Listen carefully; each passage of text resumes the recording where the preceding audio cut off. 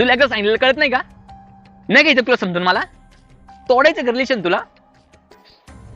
बरं ठीक आहे, तोड रिलेशन. पण एक गोष्ट लक्षात ठेव, तू रिलेशन तोडती ना, तुला याचा लय मोठा पश्चाताप होणार आहे.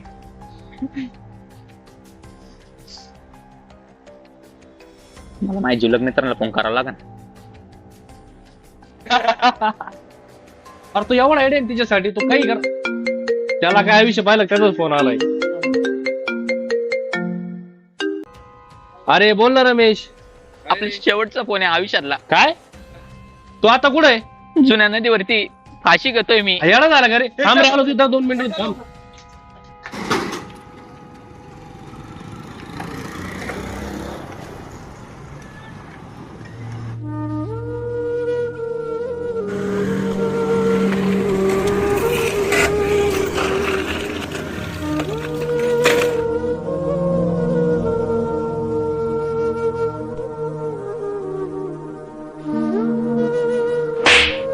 एवढं तुला सकाळ काढायला आला का?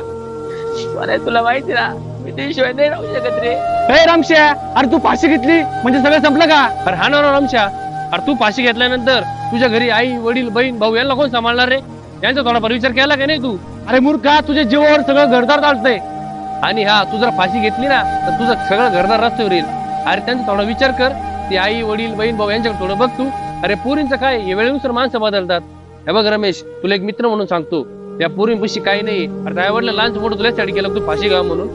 हे बघ, त्या आईवडिलांना 4 नीट डोळ्या पुढे आणि त्यांनी किती कष्टात तुला मोठं केलेलं आहे. आणि हा तुला फाशी घ्यायची ना, घे फाशी, जाय. अरे बरोबरच सोन्या, घेऊ द्याला फाशी. तुला फाशी घ्यायची ना, घे चल. किरण्या सोन्या थांबा, खरंच मी चुकलो राव. मी आधी इथून पुढे पुरेचा नाही, फक्त घरच्यांचा विचार करणार.